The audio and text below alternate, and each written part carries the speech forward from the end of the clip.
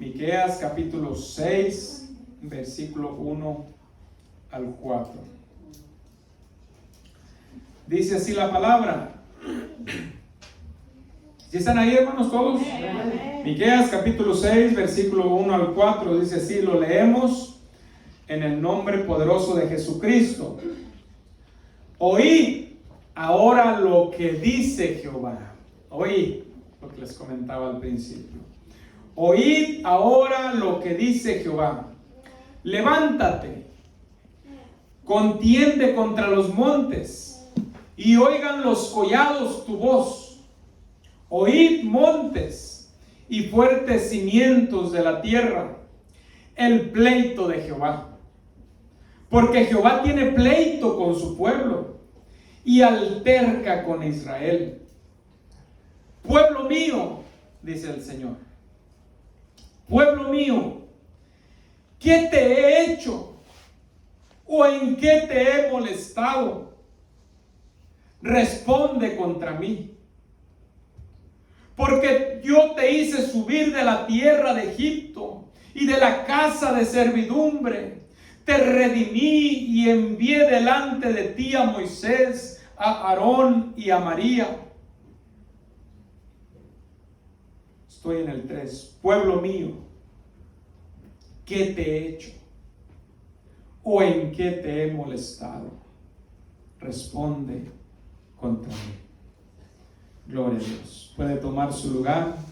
Aleluya. Glorifique a Dios allí en su lugar con su garganta. Dele gracias a Dios por esta palabra.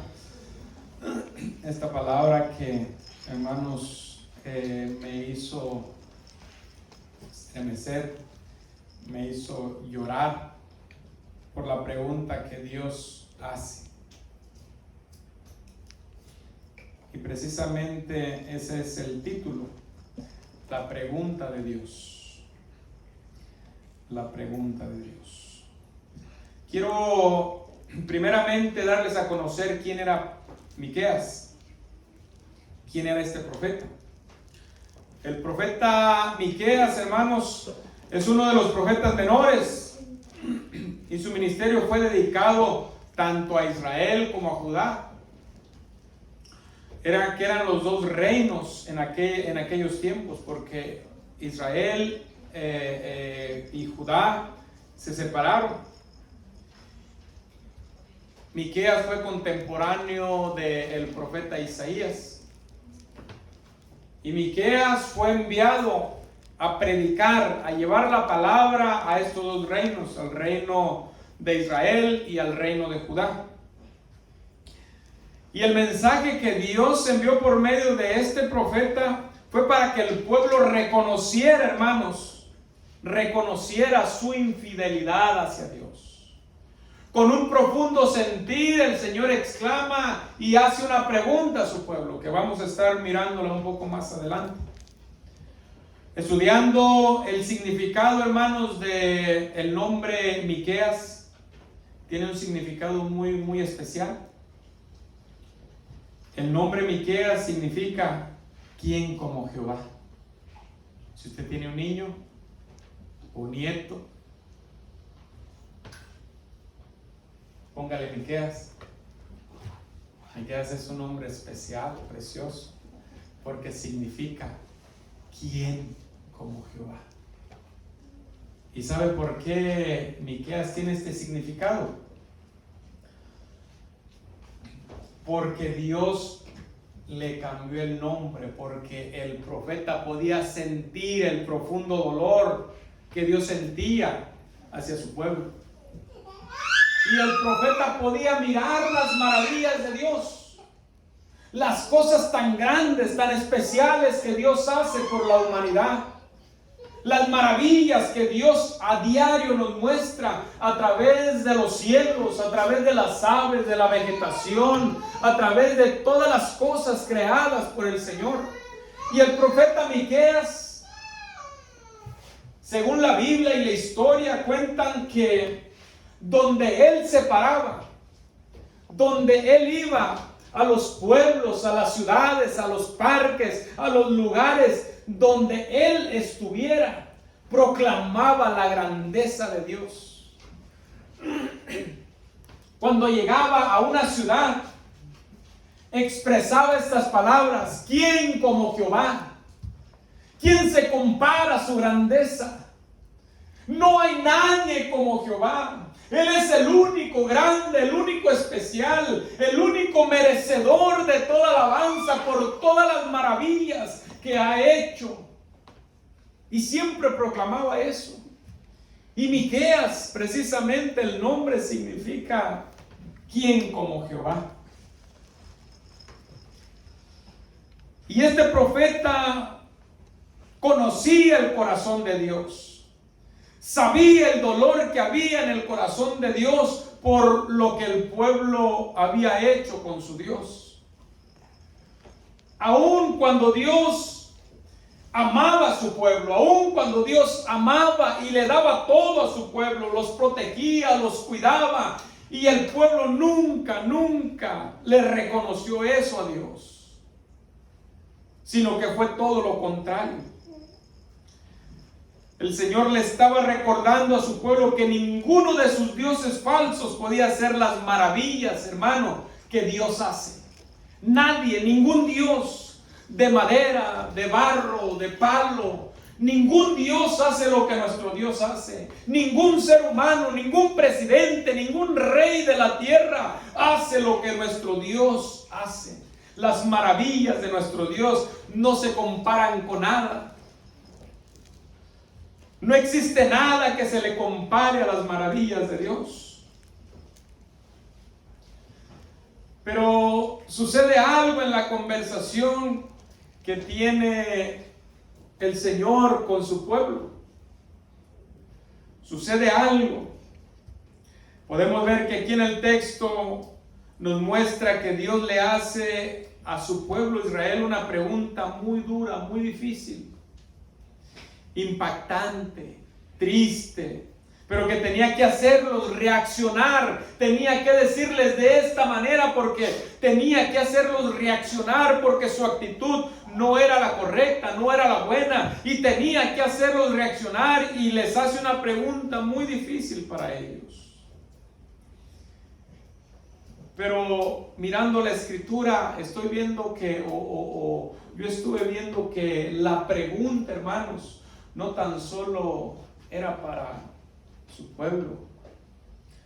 Esa pregunta perdura hasta el día de hoy y también se incrusta en nuestra vida, en nosotros mismos. Y quiero comenzar desglosando desde el primer versículo. ¿Quién lo dice?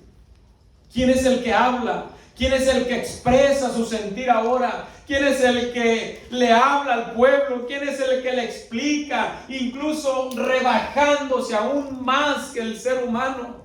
Nuestro Dios, el Dios grande, el sublime, el todopoderoso, el que con solamente exclamar una palabra hace que la mar se aplaque, hace que los vientos cesen, hace que los muertos resuciten. ¿Quién estaba hablando? Ese Dios tan grande y tan sublime. Dice el versículo 1: oíd ahora lo que dice Jehová. Oíd ahora lo que dice Jehová. Es Dios hablando, es Jehová hablando. Él es el que nos habla, Él es el que viene y nos habla. No nos habla cualquier persona, no nos habla cualquier amigo. Él es el que viene y nos habla. Oíd lo que dice Jehová. Cuando Jehová habla, hermanos, tenemos que callar. Cuando Jehová habla, tenemos que poner atención. Cuando el Señor habla, nosotros tenemos que postrarnos, porque es Dios quien está hablando, es Dios quien está expresando, es Dios. Y cuando Dios habla, hay que poner atención. No son palabras de un hombre, no son palabras de un hombre, ni son reclamos de un amigo. Es un reclamo del Dios Todopoderoso. Dios hablando.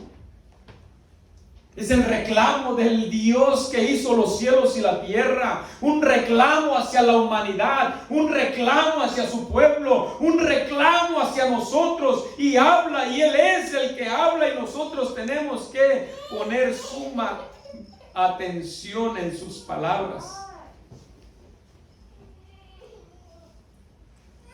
Vale la pena poner atención y reflexionar sobre lo que Él tenga que decirnos, hermano. ¿No cree que es importante conocer lo que Dios piensa, lo que Dios quiere, lo que Dios está pidiendo? Y lo hace de una manera de misericordia. A veces es algo muy triste que le damos o le ponemos más importancia a cualquier otra cosa que a la palabra de Dios, que a lo que Dios está expresando, que lo que Dios nos está diciendo, que lo que Dios quiere y requiere, que lo que Dios anhela de nosotros. Lastimosamente muchas veces nos importa más lo que digan las personas, o lo que piensen las personas, o lo que a lo que piensa el compañero, el hermano, el pariente, y nos importa más lo que piensen ellos que lo que piensa Dios. Y cuando Dios viene y nos habla, como que no le damos mucha importancia. Es Dios. Es Dios. Cuando sumamente tenemos que ponerle toda la atención merecida, porque es Dios. Es el ser más grande que existe sobre todo el universo. Es el que en un instante puede quitarnos la vida. Es el que en un instante puede apagar el sol. Es el que en un instante puede derribar la tierra si la tiene colgada con nada. Es el que en un instante puede hacer que la tierra se remueva, como ayer en Haití, cuando murieron miles de personas, cuando hay miles de afectados, cuando Él es el que tiene el control en su mano. Pero cuando habla, le pongo más atención a los hermanos, a los amigos, a los parientes, que cuando Dios me habla. Pero es Dios hablando. Tenemos que reflexionar en esto. Se nos olvida que es Dios. Se nos olvida que también Dios tiene sentimientos. Se nos olvida que también Dios requiere de nosotros. Se nos olvida que también Dios siente. Dios es humano. En su humanidad sintió dolor, sintió tristeza, lloró con los que lloran, sufrió con los que sufren y pasó momentos alegres. Entiende nuestra situación, y de esa manera, hermanos, también Él tiene sentimientos. Y muchas veces con nuestras actitudes lo dañamos, lo entristecemos, lo volvemos a crucificar. Y Él anhelosamente todavía sigue expresando sus sentimientos. Pero el ser humano cierra sus oídos a Dios y no le da la importancia necesaria, no le da la importancia de vida que Él requiere. Él es el que habla. Ahora, ¿a quién lo dice? ¿A quién lo dice? ¿A los ángeles?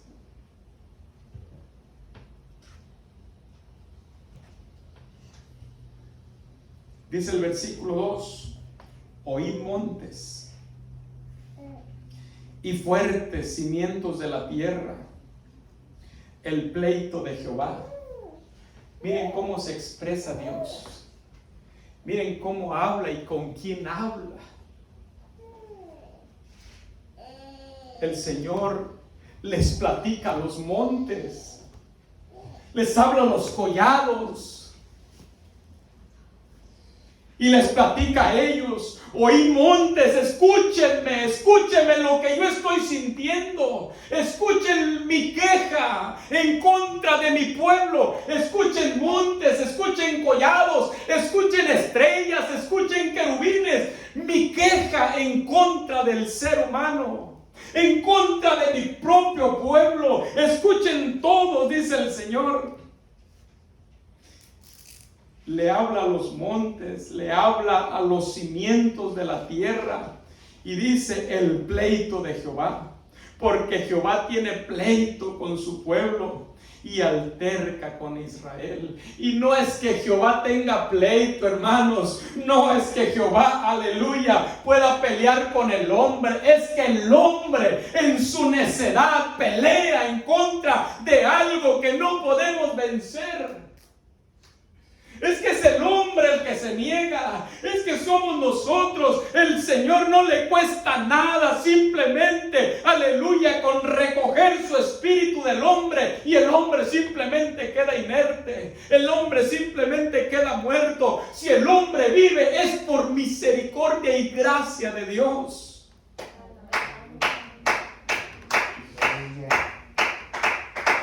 Y sigue el Señor. Déselo fuerte, vamos a darle un fuerte aplauso a aquel que reina, aquel que es el Dios de los montes, aquel que es el Dios de las maravillas. Ese Dios es el que está reclamando y está expresando sus sentimientos. Aleluya. Y fuertes cimientos de la tierra, el pleito de Jehová, porque Jehová tiene pleito con su pueblo y alterca con Israel. Hay una advertencia y misericordia, hermanos. Mire, aquí el Señor está expresando que no tiene pleito con los impíos, no tiene pleito con los que hacen maldad, no tiene pleito con los que hacen pecado, no tiene pleito con los pecadores, no, con ellos no. Su pleito, hermano, su queja es con su pueblo, con sus propios hijos. La queja del Señor es de sus propios hijos, no de los impíos. El Señor no tiene pleito con los inconversos. El Señor no le duele lo que los inconversos son. Ellos van a tener su pago. Para ellos sí hay misericordia. Para los inconversos, para el pecador, el Señor ya les da su oportunidad. Les tiene misericordia reservada. Por eso dice Isaías capítulo 55 versículo 6. Buscad, esto es para los pecadores, esto es para los que no conocen de Dios. Les da una oportunidad, pero hasta ahí. Les abre una ventana de misericordia, pero hasta ahí. Y les dice por medio del profeta Isaías 55:6, buscad a Jehová mientras pueda ser hallado. Les dice a los pecadores, busquen a Jehová, la misericordia de Jehová mientras pueda ser hallado. Y les dice, llamadle en tanto que está cercano. Deje el impío su camino y el hombre inicuo sus pensamientos, y vuelva hacia Jehová, el cual tendrá de él misericordia, y al Dios nuestro, el cual será amplio en perdonar. Ahí está la ventana para los pecadores. Ahí está la ventana para el que no conoce a Dios. Que busquen al Señor.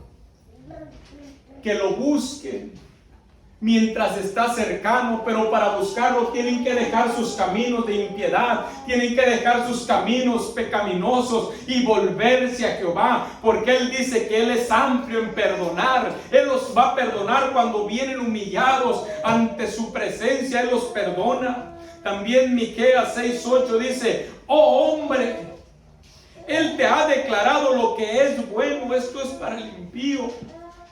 ¿Y qué pide Jehová del pecador? Pide esto: solamente hacer justicia y amar misericordia y humillarte ante tu Dios. La voz de Jehová clama a la ciudad. Es sabio temer a tu nombre, prestar atención al castigo y a quien lo establece.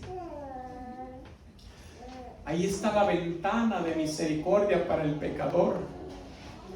El pecador no queda fuera, el pecador tiene un espacio especial en el corazón de Dios. pero es necesario que se arrepienta, que deje sus caminos de pecaminosidad y se vuelva a Dios y lo acepte como su creador, como su salvador y como su redentor. Ahí está la ventana, pero aquí en este caso Dios no está hablando acerca del pecador, sino más bien de su pueblo. La queja es para su pueblo.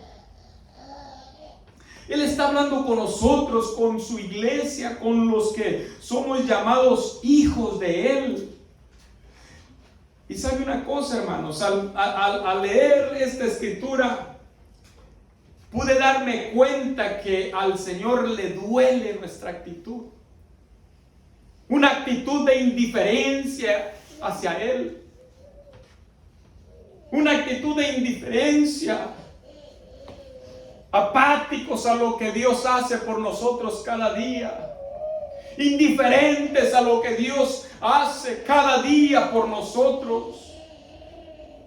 Al Señor no le molesta la indiferencia de los pecadores, no. A Él no le molesta eso. Ellos aún viven de espaldas a Dios. A Dios le molesta. A Dios le duele la indiferencia de sus hijos, de nosotros como hijos de Dios. Hermano, cuando nuestros hijos nos hacen algo malo a nosotros, nos duele. Podemos sufrir, sentir el desprecio de nuestros propios hijos, pero si viene alguien que no es mi hijo y me hace algún desprecio, yo no lo voy a tomar de la misma manera. Porque no me va a doler igual a alguien que es un niño separado, a que me lo haga mi propio hijo, con una actitud de indiferencia. Eso sí duele, pues a Dios le duele la indiferencia de sus hijos. La actitud, le duele la actitud y de soberbia que a veces tenemos en contra de Él. Y Dios no haya cómo expresarla. Y en estas palabras expresa y les dice al pueblo: escuchen la voz de Dios y vean que les habla a ustedes, pueblo de Israel.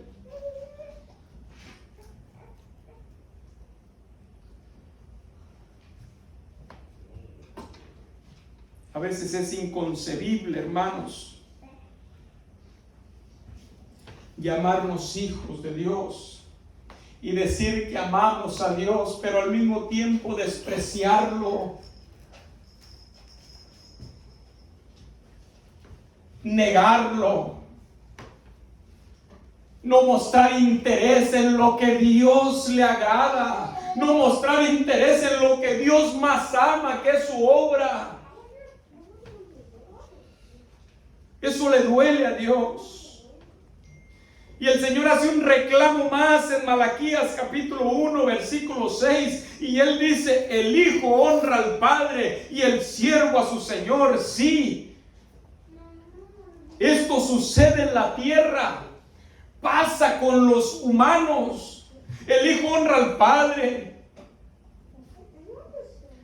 el trabajador honra a su patrón, que se le humilla ahí y está metido en su trabajo y lo honra y le dice: yo no te fallo, yo aquí estoy siempre. Pero cuando Dios demanda, aleluya, la honra merecida, nosotros somos malagradecidos en que lo deshonramos, aleluya, porque no anhelamos y no queremos lo que Dios quiere, lo que Dios anhela, lo que Dios pide y quiere de nosotros. Y hace el reclamo y aún dice: si pues soy yo padre, ¿dónde está mi honra?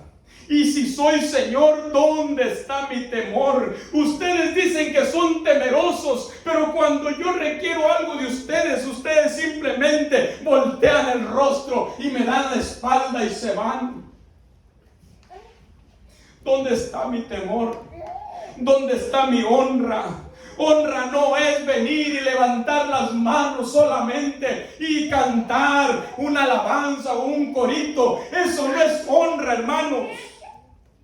Honra es honrarlo con nuestra vida. Honra es estar metido en las cosas que a Él le agradan. Honra es hacer las cosas y llevar a cabo la obra que Él comenzó en la cruz del Calvario, y se va a terminar cuando el Señor lleve a su pueblo al reino de los cielos.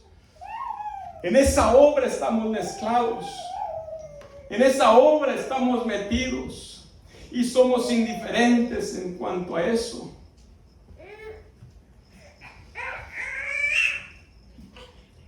Ahora viene lo que a mí realmente me dolió y me duele y me quebrantó, aleluya. La pregunta de Dios. Hermanos, yo leyendo la Escritura, si usted se da cuenta, y no lo hago con el hecho de vanagloriarme, pero créame, Dios es testigo. Si usted ve manchada la hoja, es porque no pude más y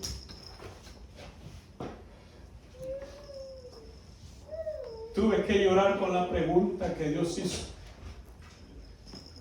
Porque me estremeció lo que el Señor preguntó. Y yo podía mirar a Dios hablando de una manera de misericordia, de bajeza. Lo que Dios no puede hacer, lo ha hecho por causa de nosotros. Y cuando yo leía y que dice el versículo 3, pueblo mío, como diciéndole, pueblo mío, por favor. Él siendo Dios y siendo tan grande y poderoso, humillándose le hacía al hombre. Yo decía, no es para que el Señor haga eso, pero es tanto el amor de Dios que lo supera todo. Y yo leía y decía, pueblo mío, ¿qué te he hecho? ¿Qué es lo que yo te he hecho a ti para que tú seas tan indiferente? Para que no me busques, para que realmente no quieras nada de mí. Yo que te he sido tan bueno, yo que te he dado todo, yo que morí por ti, yo que di mi vida por ti, y tú te muestras indiferente. Y yo veo el reclamo de Dios como con dolor, como con esa ternura, como diciendo, hijo, ¿yo qué te he hecho?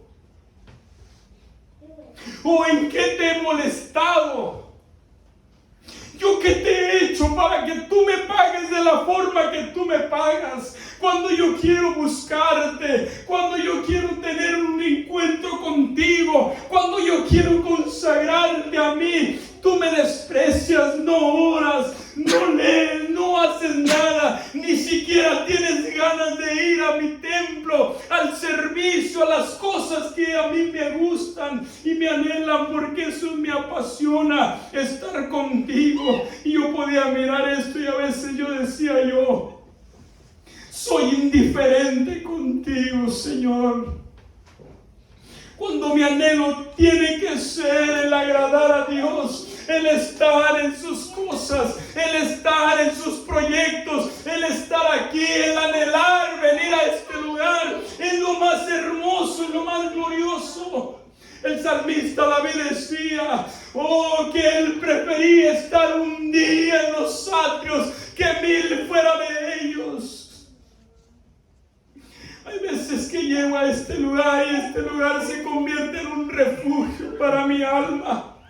Y a veces he visto que está descuidado, no hay nadie que venga y haga una limpieza, no hay nadie que anhele que su lugar de encuentro sea hermoso, sea estable.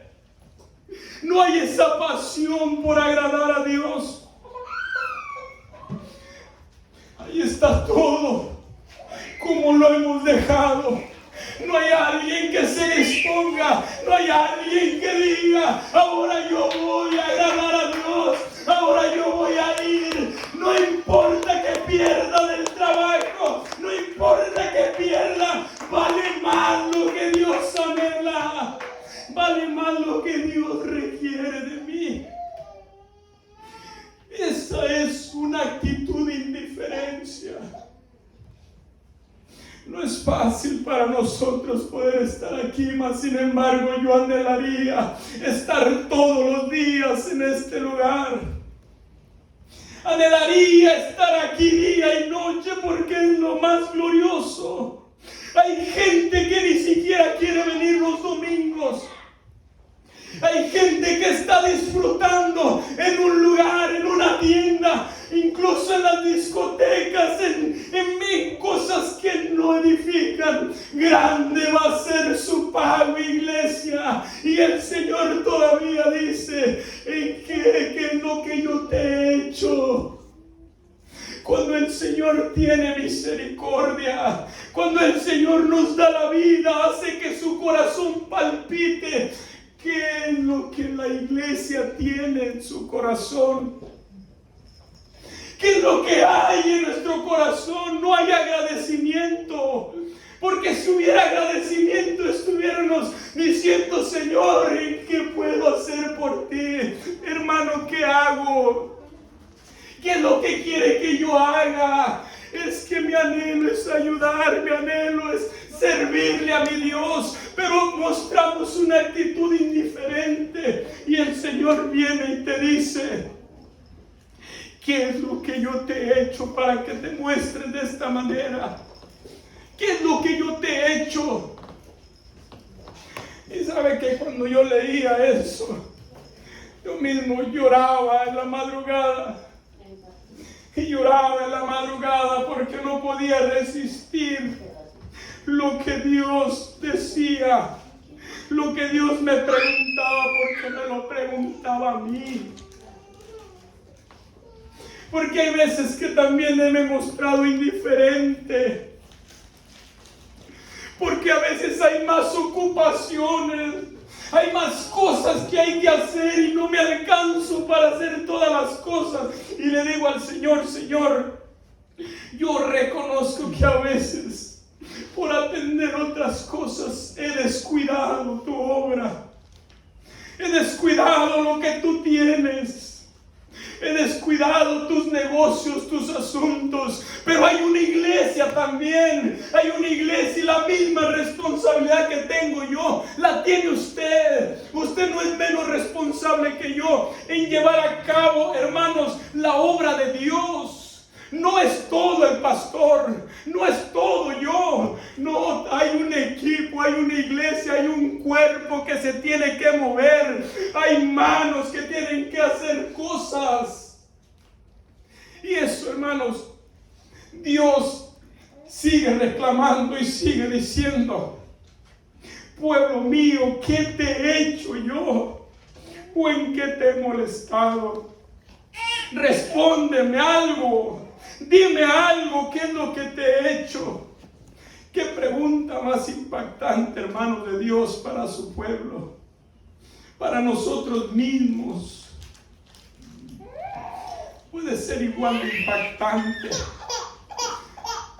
Para nosotros sería, iglesia mía, hijo mío que estás sentado aquí, ¿qué te he hecho yo?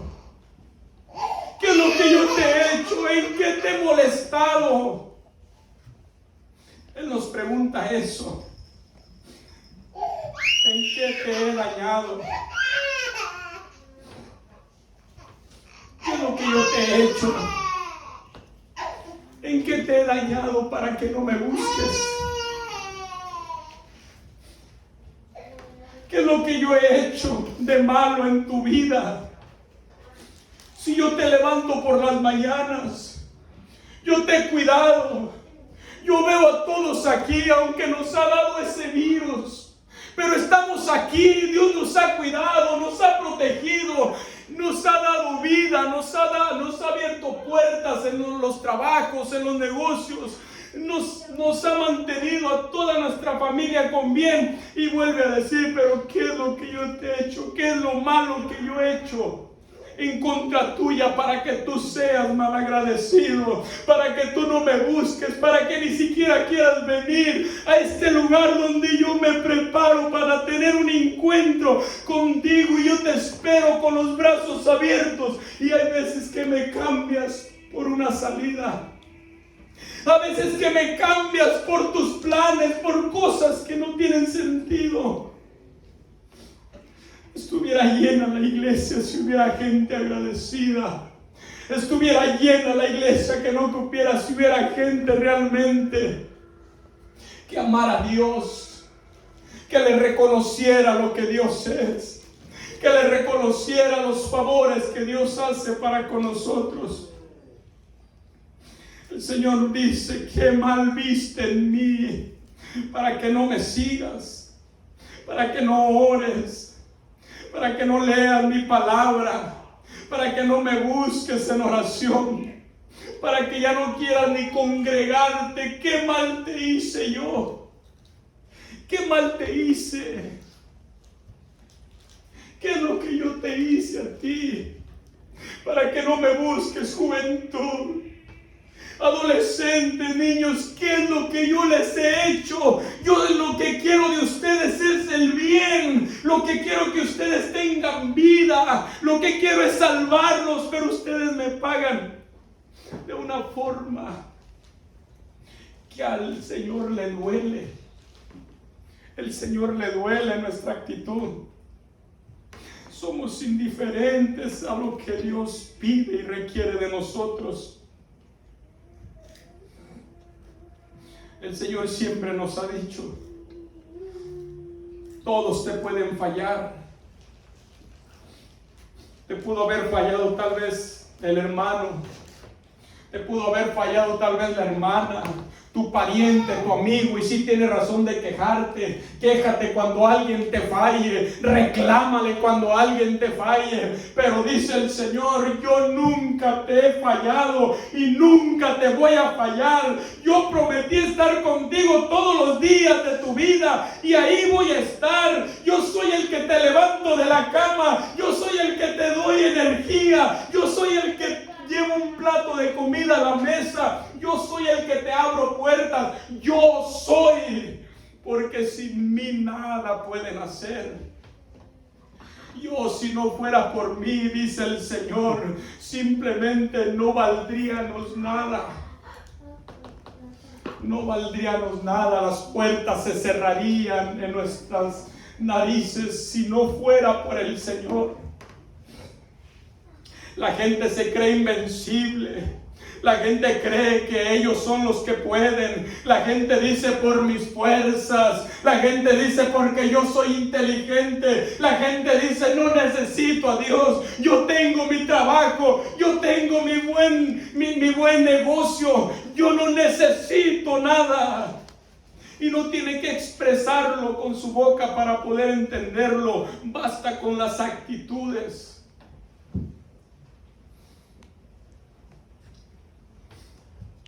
Y el Señor nos dice: todos te pueden fallar, incluso el pastor te puede fallar, pero yo no te fallo. El problema es que has quitado la vista de mí. El problema es que has puesto la vista y tu confianza en lo terrenal, en lo que puedes mirar, y todos te pueden fallar. Hay veces que hay situaciones, hermano, que Dios prueba nuestra fe. Hay situaciones que Dios está probando tu fe. ¿Qué tanto lo amas? ¿Qué tanta fe tienes? ¿Qué tanta confianza tienes en Él?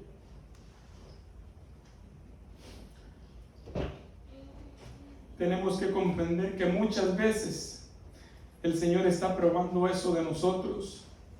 Pero nuestra perseverancia, cuando nos sentimos ignorados por las personas, cuando nos tratan mal, no tenemos que rendirnos ahí, hermanos. Tenemos que seguir confiando en Dios. Tenemos que seguir confiando en Él.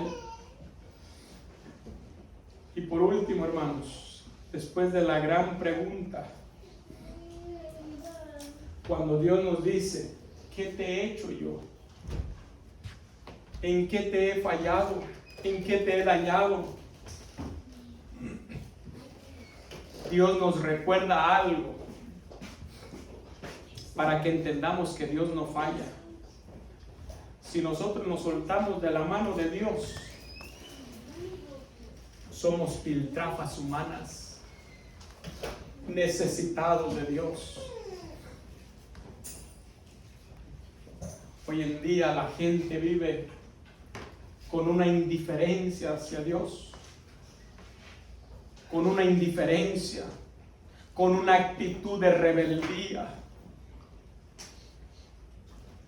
Llamados cristianos, viven su vida a placer, como quieren vivirla, en la semana divirtiéndose a sus anchas, y el domingo llegan a las iglesias creyendo que están bien delante de Dios, y muchos ni siquiera llegan. Y ese tipo de actitud a Dios le duele. Pero hay de aquel, hermano, dice la Biblia, que va a llegar un día donde van a cobrar cuentas, donde vamos a estar delante del gran trono, delante del gran juez. Hay de aquellos, hermanos, que viven su vida, aleluya, queriendo complacer al mundo, queriendo complacer los deseos de sus carnes, queriendo complacer a todo el mundo, pero menos a Dios. Va a ser algo muy tremendo. Y cuando Dios hace la pregunta, pueblo mío, ¿qué te he hecho yo para que tú tengas esa indiferencia conmigo? ¿Qué es lo que yo te he hecho? ¿O en qué te he molestado para que tú vivas así?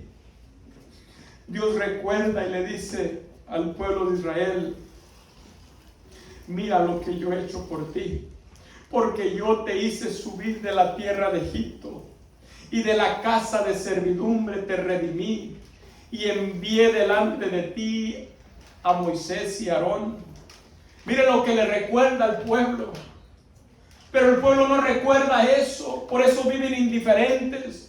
Por eso viven de espaldas a Dios, porque no recuerdan de dónde nos ha sacado el Señor. El Señor nos recuerda dos cosas muy importantes que Él ha hecho por cada uno de nosotros. Y si usted no se recordaba, hoy se la voy a recordar. Tenemos que recordarlas, de dónde nos ha sacado el Señor, qué es lo que ha hecho por nosotros, de dónde nos ha traído. No se te olvide de dónde te rescató.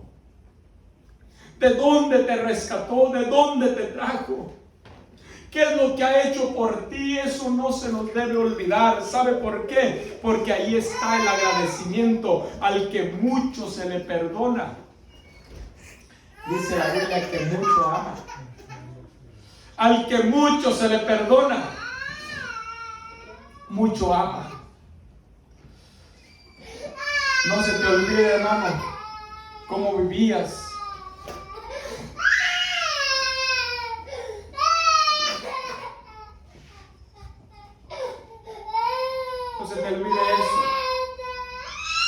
Le dice al pueblo de Israel: yo te hice subir.